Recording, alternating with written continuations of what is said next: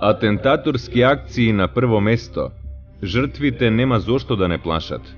Рековме слобода или смрт. Сосема без жртви ништо не може да се добие. Немало да биде хумано. Ама има ли некој да е хуман кон нас? Секој ги заштитува своите интереси, та и ние треба да ги чуваме своите интереси. Васил Чакаларов.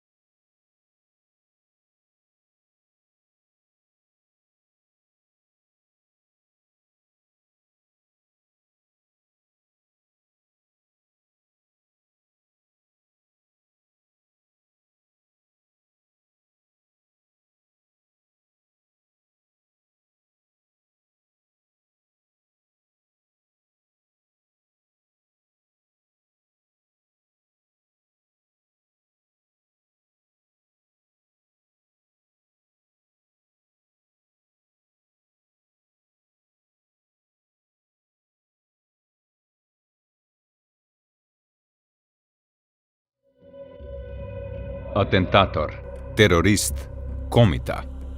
Тоа се синоними кои неизбежно се поврзани и со историјатот на внатрешната македонска револуционерна организација, од незиното основање во 1893 година, низ годините на единство, сплотеност, но и внатрешни поделби, непријателства и физички ликвидации во незините редови. Атентаторските методи на борба не и биле непознати на ВМРО како и легална и вооружена организација која се борела за создавање на автономна македонска држава во незините етнографски граници. Во програмските документи на организацијата постоеле членови кои предвидувале смртни казни врз разни шпиони, непријатели на ВМРО, представници на турската власт, балканските пропаганди, кои требало да се извршат по пат на индивидуален терор.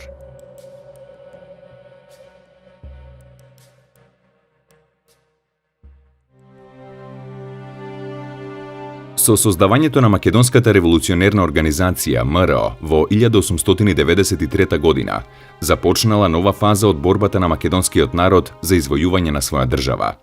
ВМРО во сите своји документи, правилникот, статутот и уставот, декларирала дека ќе се бори за создавање на автономна македонска држава, а својата цел се стремела да ја оствари преку неколку начини и методи, од кои вооружената борба имала приоритетно место. Со годините, како што растела и се ширела мрежата на организацијата, се создавале и развивале и вооружените форми на дејствување. ВМРО првин го создала Четничкиот институт, по кој била и најпрепознатлива кај населението во Македонија. Вклучувањето на Гоце Делчев во редовите на ВМРО овозможило уште поголемо зацврстување на Четничкиот институт, при што се создавале дури и посебни школи кои работеле на организацијско оформување на комитски чети во сите револуционерни окрузи и околии на целата етнографска територија на Македонија. За потребите на организацијата, незините раководни кадри успеале да создадат канали за илегално пренесување на оружје од балканските држави во Македонија. Гоце Делчев, како еден од главните војни организатори, го создал каналот за оружје, од кој преку Бугарија и источниот дел на Македонија се внесувале пушки, револвери и муниција во централните делови. Костурскиот војвода Васил Чакаларов, преку своји соборци од Атина, Грција, преку тогашната турско-грчка граница, пренесувал оружје и муниција за потребите на организацијата во југозападниот дел на Македонија. Четничката борба на ВМРО станала првенствен начин на дејствување, но до создавање на поголеми чети во определинденскиот период не дошло, поради конспиративност и опасноста дека може да бидат откриени од страна на турската власт. Од тука, во почетокот Македонската револуционерна организација, покрај она што го води како морална подготовка на теренот помеѓу населението, во смисла на негово воспитување и подготвување, за да прифатат со тек на времето ослободителна борба, постепено ќе започне да ги подготвува и на воен план, за да може да се дојде до планираното востание. Во таа смисла ќе почнат да се создават и први групи на вооружени луѓе. Се разбира, тоа е еден бавен процес, сложен процес, бидејќи навистина тоа е организација која што е надвор од законите и действува наполно во илегала и оттука мора да се внимава на секој чекор да не падне било што од нејзините акти или од нејзините луѓе во рацете на османските власти. По Солунскиот конгрес, кога организацијата веќе ја затврстила својата организацијска мрежа во поголемиот дел од Македонија, во програмските документи бил предвиден еден дел според кој се изрекувале казни за лица кои действувале спротивно од интересите на МРО. Според правилникот од 1896 година, во глава 9, биле предвидени казни од различни степени, кои Централниот комитет ги изрекувал за проневера на организациони тајни, подкажување од страна на незини членови, неизвршување наредби од повисоките тела на организацијата, шпионирање на луѓе против интересите на организацијата, а кои не биле незини членови. За ваквите престапи, Централниот комитет на МРО речиси секогаш изрекувал смртна казна. Согласно ова, во редовите на МРО, покрај легалните четници и организациони луѓе кои биле легални, се создавала и категорија на членови кои требало да ги извршуваат овие смртни казни, а во некои случаи да извршуваат и напади во градски и селски средини со употреба на револвер, кама или бомби и динамит. Според правилникот за четите, во еден негов дел се предвидувало и подготовка на МРО за ваков начин на вооружено действување, кој во документот се нарекувал подготовка на атентатори и терористи. Во овој момент се појавува еден нов начин на борба ке организацијата, нешто несвојсливо за поширокиот предел околу Балканот, па дури во Европа. Организацијата започнува да оди во насока кон организирање атентати и терористички акции.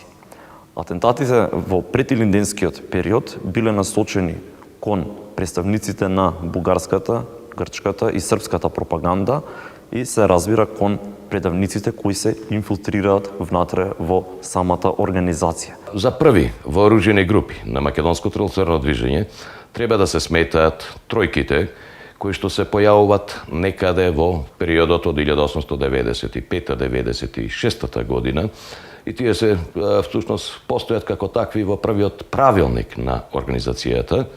Тие се именувани повеќе најчесто во мемуарската литература како терористи, но всушност далеко е времето кога тие ќе почнат да действуваат како такви. Оваа категорија на луѓе во прво време служиле за пренесување на пошта или за илегално пренесување на оружје. Меѓутоа со тек на време истите ќе почнат да се користат за изведување на одредени акции кои што имаат сепак терористички карактер, во смисла на ликвидација на поединци кои што сгрешиле со нешто према организацијата или пак најчесто за спротивставување и за ликвидирање на противниците од другите групации во Македонија, пред се представници на дворешните пропаганди во Македонија, српска, грчка и бугарска. Според правилникот, раководството на организацијата предвидувало обука на атентаторите за ракување со барут, експлозиви, полнење за детонација, но и проучување на разните видови динамит, капсули, како избор на места каде би можела да се постави експлозивната направа кога се подготвувал атентатот. Со ширењето на мрежата на МРО, се повеќе се зголемувала опасноста од незиното откривање од страна на турската власт.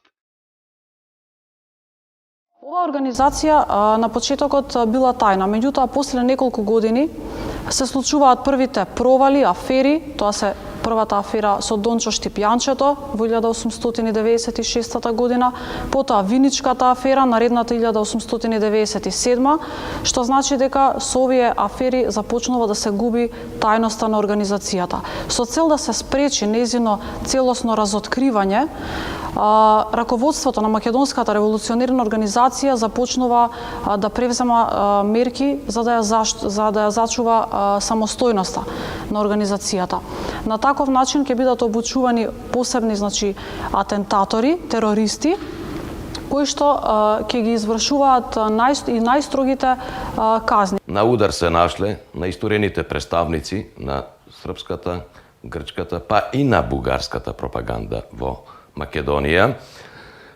Тоа се правенствено председатели на црковно-училишни општини, поедини платеници на соодветните влади, кои што под разни форми на аптекари, на лекари, на наставници действувале во Македонија, се разбира во прилог на туѓите каузи однадвор, и од тука организацијата, значи, ќе почне да ги користи своите луѓе, своите поединци терористи за ликвидација на таквите заговарачи на туѓа идеја во Македонија.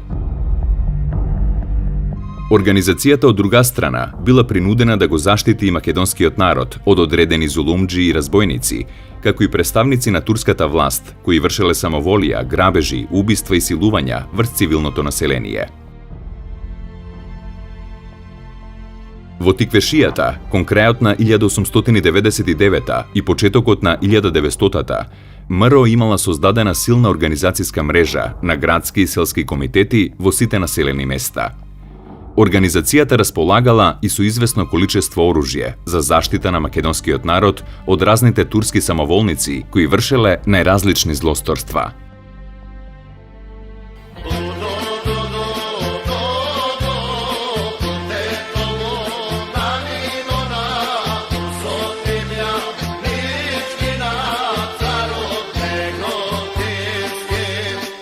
Во 1899 година, во Тиквешијата, страф и трепет ширел прочуениот разбойник Хусеин Пеливан, којот како се вратил од затвор, повторно се одал на грабежи и разбойништва врз локалното македонско население. Местниот комитет на МРО од Неготино донел одлука за ликвидација на турскиот разбойник. Како погодна можност за негова ликвидација, послужила свадбата на Коле Јорданов со Олга Бакалова во ноември 1899 година. Организацијата знаела дека турскиот разбойник ќе се вмеша во веселбата и тоа представувало можност да му се изврши атентат и да се екзекутира. Луѓето на МРО му поставиле 3 заседи на Хусеин Пеливан во Неготинската чаршија. Во меѓувреме, турскиот разбойник ги дочекал свадбарите и наредил музиката да ги свири неговите омилени песни, а во исто време младоженецот и невестата да му бакнуваат рака. Но учесниците на македонската свадба не го испочитувале Хусеин, кој налутен им се заканил дека ќе се одмазди за таквата нивна постапка.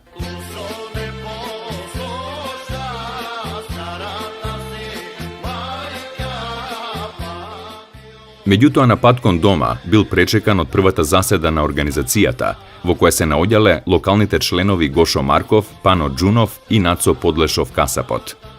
Турскиот разбойник бил убиен, а Нацо Касапот му ја пресекол главата и му ја фрлил.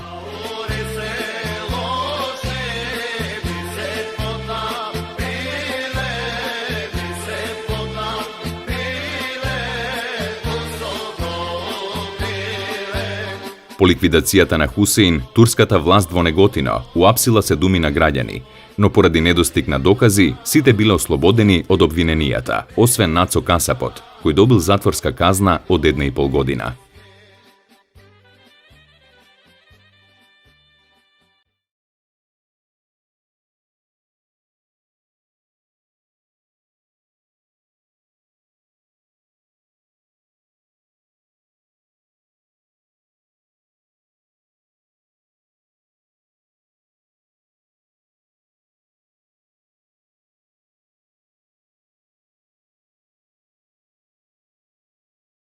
Во 90-тите години од 19-тиот век, МРО започнала се повеќе да го применува атентаторскиот начин на борба. Во тоа време во редовите на организацијата се вклучил Андон Лазов Јанев Ќосето од Велешко.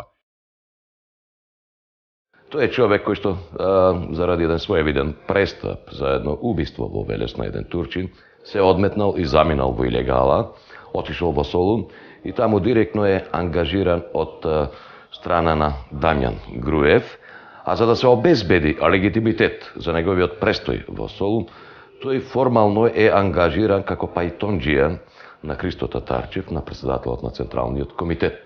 Станува збор за човек кој што е искористен во многу акции во Македонија за ликвидација на луѓе кои што се спротивставувале на организацијата или пак за човек кој што навистина знаел во секој момент да се справи со секој предизвик, без да размислува за никого, без да има обзир и предвид со кого има работа. Тој ќе ги изврши речиси 90% или ќе учествува во речиси 90% од атентатите кои биле извршени врз представниците представниците на бугарската и грчката пропаганда на територија на Македонија. Неговата пожртвуваност и одданост кон делото на Македонската револуционерна организација одела до тој степен што кога во еден момент дознал дека неговиот брат соработувал со османлиските власти, лично Андон Ќосето го организирал атентатот врз неговиот роден брат. Еден од првите атентати кои што го извршува Андон Ќосето, тоа бил атентатот во Солун врз Борис, тој бил еден спроведувач и поддржувач на српската пропаганда во тие краеви. Централниот комитет заеднички со Андон Ќосето одлучуваат тој да биде човекот кој што ќе го изврши убиството.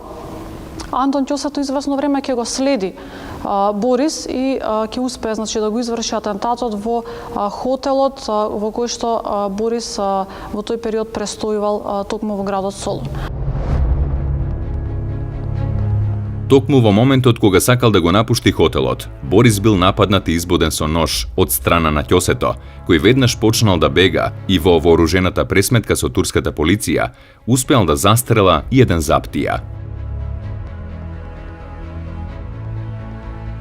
По оваа извршена акција, Даме Груев како член на Централниот комитет на МРО му советувал на Ќосето да се прикрие и да внимава на себе, затоа што организацијата не сакала да изгуби таков способен терорист. По известно време Централниот комитет на МРО повторно му наредила на Андон Ќосето да ликвидира уште еден непријател на организацијата. Овој пат се работело за известниот Пејчиновиќ, директор на Српско училиште во Солун и според МРО еден од главните столбови на српската пропаганда. Координацијата за ликвидација на Пејчиновиќ Андон Ќосето ја имал директно со Даме Груев, додека и понатаму останал во служба на Христо Татарчев како пајтонџија.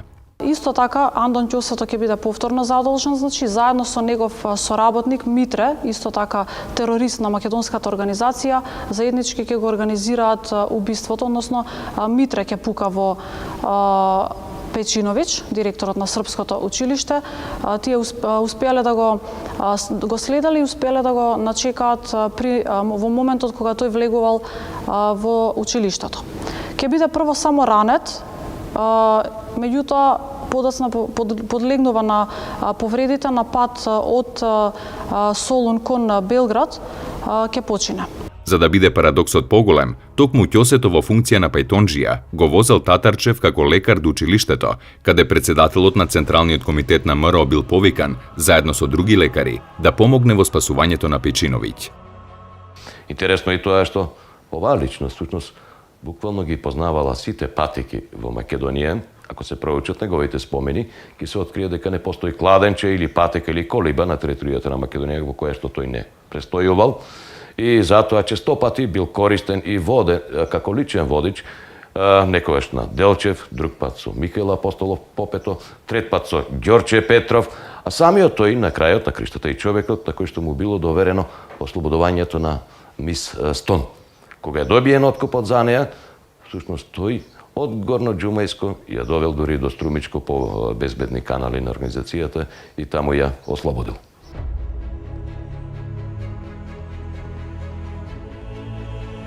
Следната цел на Андон Ќосето бил директорот на грчкото училиште во Гевгелија, Цицо, влав по националност и спроводник на грчката пропаганда во тој дел од Македонија. Од страна на организацијата, тој бил товарен за многу тешки дела, шпионирање на членови на МРО и предавства пред турската власт. Централниот комитет на МРО неколку пати испраќал атентатори, но сите обиди за негова ликвидација биле безуспешни. По долги разговори во Централниот комитет на МРО, конечно било решено за ликвидацијата на Цицо да бидат ангажирани Андон Ќосето и Ицо Џорлев од Кукуш. Андон Ќосето заминува со уште неколку соработници, терористи исто така на македонската организација, заминуваат со воз во Гевгелија, од Солун во Гевгелија. И таму ќе го следат известно време Цицо, не можеле веднаш да го пронедат во неговиот дом. Целта на Андон Ќосето била да го изврши убиството врз директорот на училиштето пред неговото семејство во неговиот дом. Меѓутоа не можат да го пронедат таму, продолжуваат да го бараат во околината на Гевгелија, на крајот го пронаоѓаат во една градина, каде што лично Андон Ќосето ќе го застрела и ќе го изврши овој атентат. Групата атентатори се разбегала и по 3 дена Андон Ќосето пристигнал во Солун, каде добил скривалиште, се додека не се смирала работата околу убиството на гркоманскиот директор. Македонската револуционерна организација всушност во сите окрузи, во сите региони низ Македонија имала своји луѓе кои што ги извршувале казните врз секој оној кој што работел спротивно од интересите на македонското движење. И има повеќе примери. Во Струмица имало еден екзархиски поп, кој што исто така бил во влошени односи со македонската револуционерна организација во тој регион. Всушност, тој неколку пати му биле побарани од организацијата пари, да донира пари за македонското револуционерно движење, тој одбивал и на крајот по зголемени притисоци ќе ја исплати таа парична сума, меѓутоа повторно подоцна доаѓа повторно до влошување на неговите односи со македонската организација, затоа што одбивал да прифати да бидат назначени за учители во Струмичкиот регион луѓе на македонската организација кои што биле предлагани за учители од самата организација. Ваквата состојба на затегнати односи ја довела ситуацијата до усвитеност и затоа согласно програмските документи на МРО, окружниот комитет во Струмица му изрекол смртна пресуда на митрополитот Герасим. Веднаш потоа комитетот се обратил со писмо до Централниот комитет на МРО во Солун, при што било побарано од него да ја потврди смртната пресуда. Централниот комитет го разгледал ваквото барање и ја одложил смртната пресуда врз митрополитот Герасим. Со тек на времето, извршувањето на разни екзекуции и терористички чинови ќе стане масовно во Македонија, се разбира, тоа е последица и на развојот на ослободителното движење и на намножувањето на неговите непријатели. Колку повеќе се засилува организацијата и колку повеќе приврзаници има и се разбира со тоа и повеќе чети во Македонија, толку е поголема опасноста од провали, од предаства, па на тој начин се создават и услови за ликвидација на поединци кои што на било кој начин сгрешиле, но од друга страна, во исто време, поради развојот на македонското ослободително движење, се засилува и продорот на српската и грчката пропаганда во Македонија и тоа ќе иницира да бидат изведени повеќе атентати врз нивните активисти. Така што веќе во периодот од 1898-99 година имаме неколку ликвидации на српски агитатори во Македонија. Тако пример имаме во Прилеп, потоа во Битола, па во Охрид. На друга страна, во појужните делови на Македонија, особено околу Гевгелијско, Еничевардарскиот, Кокушкиот регион, каде што е многу силна грчката пропаганда, најголем дел од овие екзекуции на грчките пропагандисти ќе бидат извршени од страна на апостол Петков, Иван Карасулијата и дружината која што гравитирала кон нив.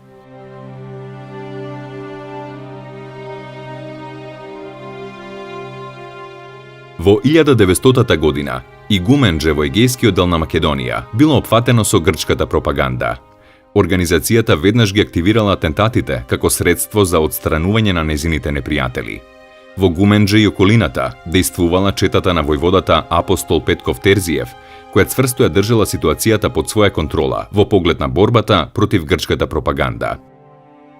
Извесен период во Гумендже, во Еничевардарскиот крај, како лекар работел еден грк, Ангелакис, и кој што бил спроведувач на грчката пропаганда во тие краеви, вршел шпионажа врз македонската организација, поради што раководството на организацијата, начело со апостол Петков, му изрекува смртна казна на овој грчки лекар.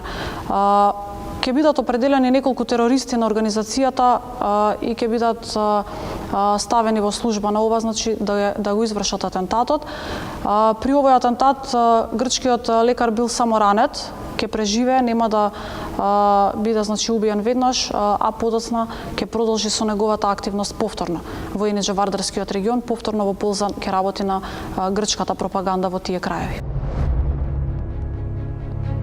Во 1900 година, Битолскиот револуционерен округ на МРО побарал од бугарскиот екзархиски свештеник Поп Ставре да внесе околу 15 турски лири во касата на организацијата. На неколку пати Поп Ставре избегнувал да ја внесе сумата на пари која поради одложувањето се зголемила на 50 лири. Затегнатата состојба во односите со бугарскиот поп се заканувала да направи голема афера во Битолско. Поради заканите што кон него ги упатувала МРО во Битолско, Поп Ставре решил да ја подкаже организацијата на турската власт. Во подкажувањето на властите учествувал неговиот роднина Таки Чона, инаку влав по националност, кој исто така од порано соработувал со турската власт. Турската власт решила да подготви замка за членот на организацијата, кој доаѓал и го подсетувал попот за обврската која му била наложена. Кога Трифун Иванов, човекот на организацијата, дошол за да ја наплати организационата сума, Поп Ставре не бил дома, пошто Иванов си заминал. Но турската полиција го следела, а откако бил подгонет, бил фатен и кај него била пронајдена само кама. Во меѓувреме, Трифун Иванов успел да се ослободи од расписката, што спречило уште поголема провала во МРО. По информацијата на бугарскиот поп, турската власт во август 1900 година го спровела Даме Груев во Битолскиот затвор, затоа што бил посочен како учесник во изнудувањето на парите. Откако разбрал за предавството на Поп Ставре пред турската власт, Битолскиот окружен комитет на свештеникот му изрекол смртна казна. Пресудата врз попот требало да ја извршат терористите Трајко Петров, Глигор Димев, Петар Димев и Петар Георгиев. Атентатот врз Поп Ставре бил извршен на 17 август стар стил 1900 година во кругот на црквата Света Богородица, при што од еден револверски истрел свештеникот бил тешко ранет. По неколку дена поради тежината на раната, Поп Ставре починал, но претходно пред турската власт во градот како морални убици ги посочил Даме Груев и Михаил Герджиков. Како резултат на оваа Поп Ставрева афера, која што го зафатила Битолскиот револуционерен округ, следале голем број на апсења во целиот тој крај и околу 40 на луѓе ќе бидат уапсени, па потоа следало долго време, значи судењето траело 7 март наредната 1901 година. Еден од осудените во Поп Ставревата афера ќе биде Дамјан Груев, еден од 6 основачи на Македонската револуционерна организација, кој што добива 10 годишна затворска казна.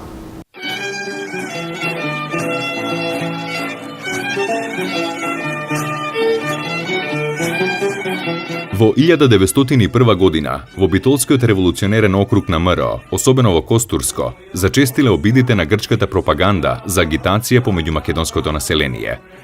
На таквите обиди на грчката пропаганда одговорила МРО преку своите раководители во Костурско, Васил Чакаларов, Пандо Кљашев и Лазар Поптрајков, кои остро се спротивставиле на политиката на грчката држава.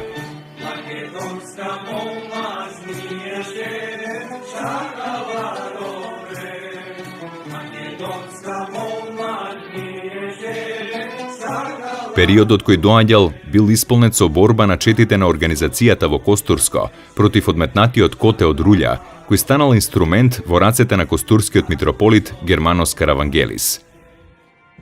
Уште во ноември 1901 година, костурските раководители на МРО го предупредиле Коте дека има направено многу злосторства и дека заслужува смртна казна заради тоа. Сепак, организацијата решила да не активира смртната казна веднаш и на расколебаниот и недисциплиниран Коте од рулја да му се даде можност да остане само обичен четник, а не војвода, и тоа не во Костурско, каде биле непоправливи неговите грешки. Коте се согласил со тоа само формално, а Чакаларов и соборците го предупредиле дека во случај на прва грешка веднаш ќе биде екзекутиран. Од тогаш започнале долгогодишните обиди на МРО да се ликвидира овој одметнат разбойник, кој започнал да контактира со митрополитот Каравангелис и да биде слеп спроводник на грчката пропаганда во Егејска Македонија. Во почетокот на мај 1902 година, при случајната средба на четата на Коте, издружените чети на Васил Чакаларов и Пандо Кљашев, раководителите на МРО во Костурско сакале во спонтана акција да го ликвидираат одметнатиот разбойник, но откако тој ја предосетил опасноста, не сакал да се движи заеднички со четите на организацијата. Во својот дневник, Чакаларов се сеќавал на овој случај. Коте уште не беше излегол на лице, со некои од другарите видовме дека презел предпазливи мерки, но немаше што, дојде кај нас и се ракува со сите. До него седнав со полна пушка, готов да го застрелам. Кљашев и тој се подготвил, но еден од котевите четници беше седнал зад едно дрво со готова пушка. Јас се растревожив и се погледнавме со Кљашев. Но што да правиме од таквата расположеност на нашите четници? Гоце Делчев во поглед на тоа прави една многу голема грешка кога ќе го помилува така наречениот Коте од Рулја, нели? Човекот кој ќе биде најбаран од организацијата, Чакаларов безмалку ќе го брка со години низ македонските планини да го ликвидира, но на крајот Коте од Рулја ќе биде амнестиран од страната на Гоце Делчев, Гоце велејќи дека не може секој да биде на толку високо интелектуално ниво и со цел да не се создава раздор внатре во самата организација, го амнестирал и не дозволил да биде Коте ликвидиран. Коте Христов, заедно во соработка со грчкиот митрополит Германос Каравангелис, придобивал за пари голем број на личности од Костурскиот регион. Меѓу нив били попот Илија, потоа Ѓамчето и многу други. Конкретно овие два ликови, заедно со Коте Христов во соработка, ќе направат еден заговор против Васил Чакаларов, еден од најбараните ликови во тој период и од османлиската власт и од грчката пропаганда во Егејска Македонија, односно во Костурскиот регион. Тие ќе направат една завера, план за ликвидирање на Васил Чакаларов. Февруари 1902 година Чакаларов оди повтор пат во Атина, во Грција, да го повторно да го организира каналот за вооружување, при што Каравангелис подмолно се обидува да го убие во сред Атина. Меѓутоа, двајцата поп Илија и Ѓамчето ќе бидат разоткриени, односно ќе бидат фатени од Чакаларов и Кљашев, и после долги притисоци тие ќе признаат за нивната соработка со Коте Христов и со Германос Каравангелис и ќе го разоткријат пред револуционерите планот кој што го правеле за ликвидирањето на Чакаларов, поради што раководството на македонската организација им изрекува смртна казна. Значи тие ќе бидат ликвидирани повторно од терористи на македонската револуционерна организација во Костурско. Откако била откриена целата завера, Чакаларов решил да го возврати ударот против грчката пропаганда. Првин, Чакаларов го натерал попот Илија да му напише писмо на митрополитот Каравангелис, во кое го обвинувал дека тој е директно одговорен за неговата смрт, која сега му се подготвувала од страна на МРО. Четниците на Васил Чакаларов ги однале попот и Ѓамчето во близина на врвот Лисец, кај селото Кономлади, каде и покрај нивните молби да им се поштедат животите, били избодени со ножеви и биле закопани во близина на местото на екзекуцијата. Со нивната ликвидација, МРО во Костурско сериозно ги разнишала позициите на грчката пропаганда во овој дел на Македонија. Секако, еден од големите подражувачи на таквите терористички активности во Македонија бил и најпопуларниот лик во Македонската револуционерна организација, станува збор за Гоце Делчев, кој што е под влијание на овие идеи. Потоа тука е Михаил Герџиков, кој што е еден всушност од идејните основачи на кружокот од кој што подосна ќе прилезат гемиџиите. И се разбира, најголем дел и од другите дејци на организацијата, читајќи оваа литература со таков карактер, подпаднале под влијание на анархизмот и на тероризмот и оттука се одлучувале да применуват такви методи и таков концепт на борбата. Интересно е тоа што, иако револуционерната организација се определила за масовно општонародно востание во периодот кога се отвара прашањето за востание во Македонија, за време на советувањето во Софија Тие се кон крајот на декември 1902 и почетокот на јануари 1903 година. Меѓу другото, отворено се наметнува и прашањето за примена на анархистичко-терористички акции со ликвидација на поедини представници на османлиските власти, со разнесување и рушење на мостови, на железници, на тунели и така натаму, или пак на добра, на објекти во кои што е инвестиран странски капитал во Македонија. Последново, всушност, е со намера за да се привлече вниманието на Европа и да се заради своите економски интереси да изврши притисок врз Османската империја во прилог на македонското прашање, всушност во прилог на она што го бараше организацијата, а тоа е автономија на Македонија. Во 1903 година, непосредно пред Илинденското востание, кога во МРО се воделе дискусии и полемики дали да се крева востание во Македонија, дел од раководителите на организацијата протежирале динамитни атентати врз важни објекти на Отоманската империја. Во почетокот на годината, ваквиот тип на атентати, како начин на борба, се повеќе го протежирале Гоце Делчев и Михаил Герџиков. Во тој поглед, за време на советувањето во Софија, на кое што отворено исклучиво се зборува по прашањата за восстанија, Михаил Герџиков и Гоце Делчев отворено зборуваат, додека другите заговараат за општо народно востание, тие ја предпочитаат еден поинаков концепт на борба, а тоа го велат, го нарекува Ѓорче Петров, ќе го нарече перманентно востание, кое што треба да биде проследено со силни терористички активности. Во таа смисла, Гоце Делчев, не дочекувајќи го советувањето од Софија, бил решен да влезе веднаш на територијата на Македонија и да го промовира на дело овој концепт на борбата.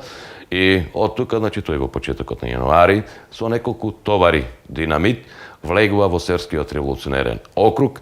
Дури известно време таму тој ќе ги обучува четите во Серскиот округ за ракување и активирање на експлозивни средства, за да можат и самите тие подосна во текот на востанието да ги применуваат тие методи. Герџиков, заедно со својата чета, ја поминал тогашната бугарско-турска граница и го проучувал теренот за динамитен атентат врз железничката пруга. На 19 февруари, ноќта, четата на Герџиков се обидела да ја минира железничката пруга во близина на две турски села, далеко од организационата територија на МРО. Комитите на неколку места ја подкопале пругата и поставиле експлозив. Возот поминал во точното време над минираниот дел од пругата, но до експлозија воопшто не дошло, туку мали детонации кои биле резултат на горењето на фитилот, додека 25 килограми со динамит не експлодирале. Но МРО и понатаму не се откажувала од ваквите атентати и веќе ноќта помеѓу 18 и 19 март 1903 година, четата на Гоце Делчев во содејство со Демирхисарската и Драмската чета го кренале во воздух железничкиот мост кај Ангиста. Можда интересно е тоа што откако е извршен овој атентат, Делчев му пишува на Пејо Јаворов, кој што е негов близок пријател и го следел на овој покот, но во моментот не учествува при рушењето на мостот, му пишува на Јаворов во весникот Слобода или смрт. Тоа е еден илегален хектографиран весник кој што се пишува всушност на рака, кој ќе пишува за настанот кај Ангиста, активноста, односно она што се случило таму, да го препише не на четата, не на поединци, туку на целото македонско револуционерно движење. Всушност со тоа ја покажува само својата скромност и сето она што го прави, всушност дека го прави во името на Македонија и од име на ослободителното движење, за разлика од некои други дејци кои што и за многу поситни работи секој сакале да бидат објавени нивните имиња, да бидат обзнанети. Откако раководните тела ќе се разотидат по реоните, веднаш да пристапат кон распределување на вооружените сили на чети од по 30 до 50 души, со кои по Смилевскиот конгрес на Битолскиот револуционерен округ на МРО во мај 1903 веќе станало јасно дека ќе има востание предстојното лето. Но токму Битолскиот револуционерен округ бил на удар на турската власт, која предчувствувајќи ја предвостаничката атмосфера, извршила голем број злосторства за да се открие мрежата на МРО.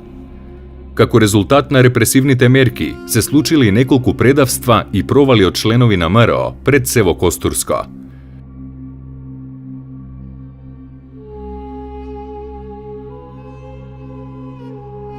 За да се спречат апсењата на членови на организацијата, како и колебливоста кај дел од нив, костурските раководители повторно ги активирале јавните ликвидации низ селата во Костурско. За одмазда за подкажувањето на четата, која се борела со турската војска кај локвата и вињари, војводата Атанас Кршаков го екзекутирал коџабашијата на селото Косинец, Костурско, кој според организацијата бил еден од луѓето кои ја подкажал четата пред турската власт. Војводата Кршаков исто така им ги запалил куќите на тројца обвинети предавници, кои според МРО подкажувале во корист на турската власт. Откако бил објавен и извесен точниот датум на почетокот на Илинденското востание, пред се во Битолскиот револуционерен округ на МРО, главниот штаб во состав Даме Груев, Борис Арафов и Анастас Лозанчев ги дефинирал и начините на борба на востаниците.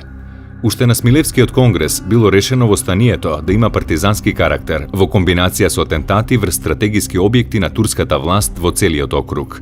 Во текот на Илинденското востание, освен Битолскиот револуционерен округ, каде што востанието е општо народно и масовно, во другите револуционерни окрузи во Македонија карактеристично е што во текот на Илинденското востание начинот на дејствување на организацијата пред се бил со напади и атентати врз значајни геостратегиски места во Османлиската империја. Тоа се патишта, железници, мостови, значи диверзантски акции кои што ги организирале четите на Македонската револуционерна организација. Значи востанието не било општо народно во регионите низ Македонија со исклучок на Битолскиот округ. Поради тоа, главниот штаб на востанието во Битолскиот револуционерен округ, на самиот ден на прогласувањето на почетокот на востаничките борби, упатил писмо до директорот на источните железници, во кој го предупредувал дека токму возовите ќе бидат легална мета на динамитни атентати на МРО. Бидејќи востанието по апсолутна неопходност ќе биде придружено од некои атентати по железничките пруги, посочениот штаб по човечки долг ја предупредува почитуваната дирекција да биде благоразумна и да не дозволи за време на овие денови жителите на државата да патуваат по источните железници, за да не станат невини жртви.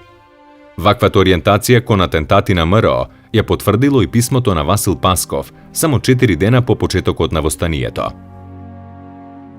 Востанието е објавено. Железничките линии Солун-Битола, Скопје-Солун, Солун-Деде-Агач се разрушени на неколку места. Станиците Суровичево и Градско се кренати во воздух. Телеграфските жици се прекинати.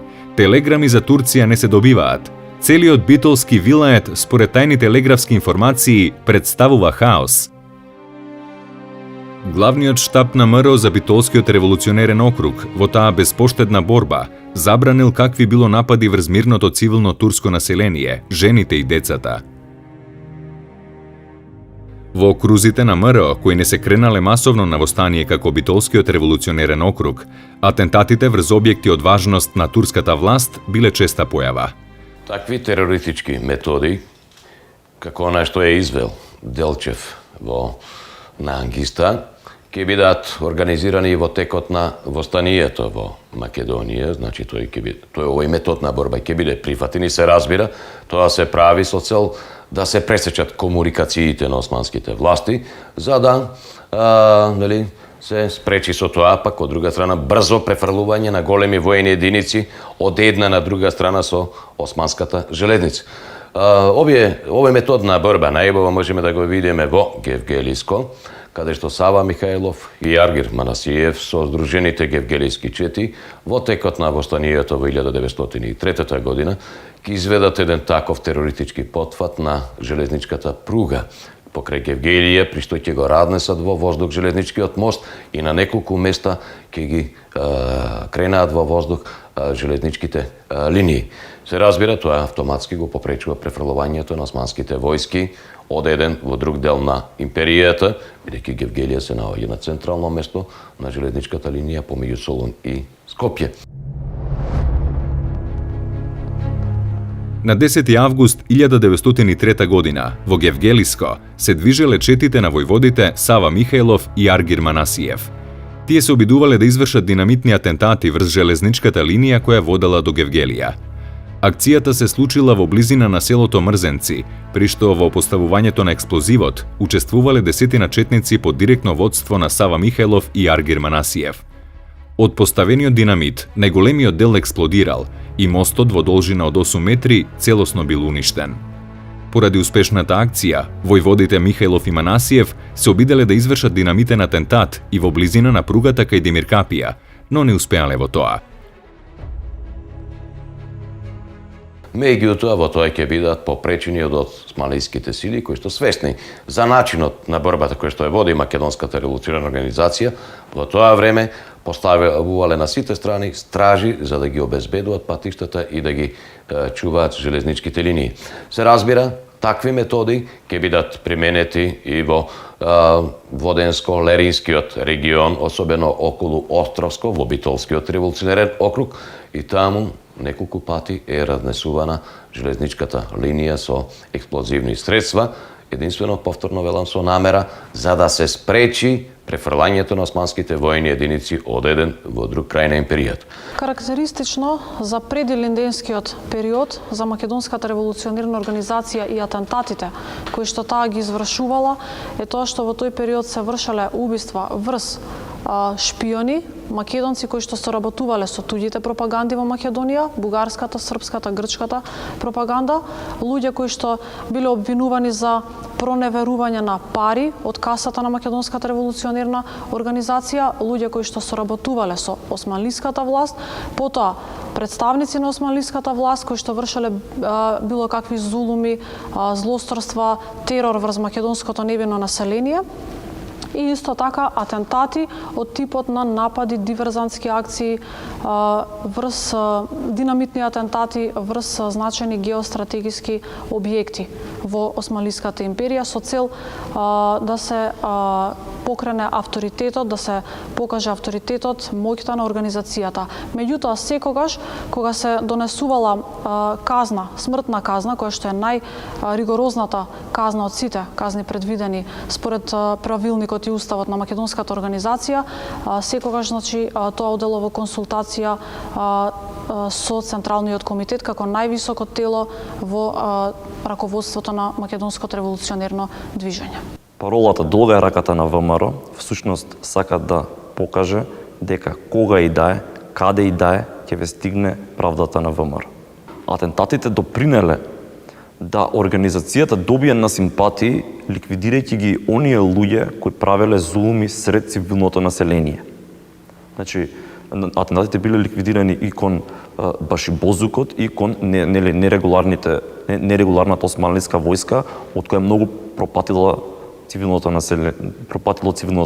население. Со самото извршување на атентатите врз овие структури од османлиската власт, населението добивало, организацијата добивала на многу голема доверба помеѓу местното население во Македонија.